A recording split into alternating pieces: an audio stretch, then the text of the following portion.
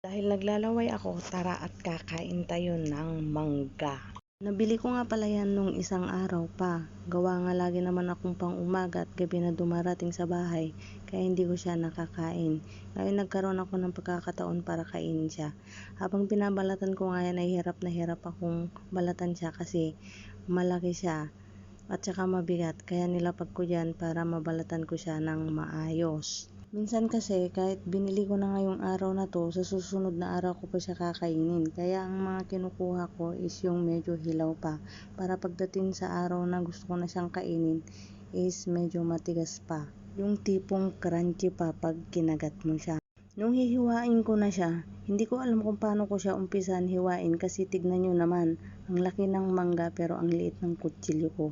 Hindi ko alam kung saan ko siya umpisahan hiwain. Kaya hiniwa ko na lang na paganyan. Napakadelikado kasi ang liit naman kasi ng kutsilyo ko, wala akong malaking kutsilyo. Kaya ganyan ko na siya hiniwa. Ouch!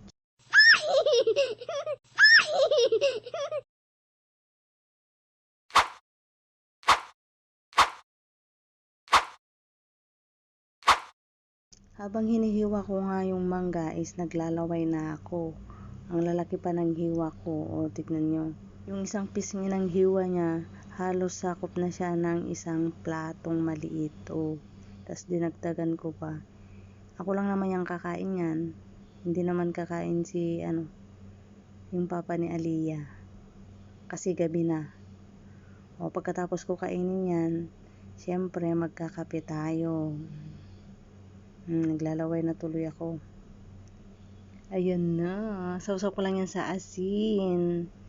Kasi yun lang ang sausawan ko ngayon.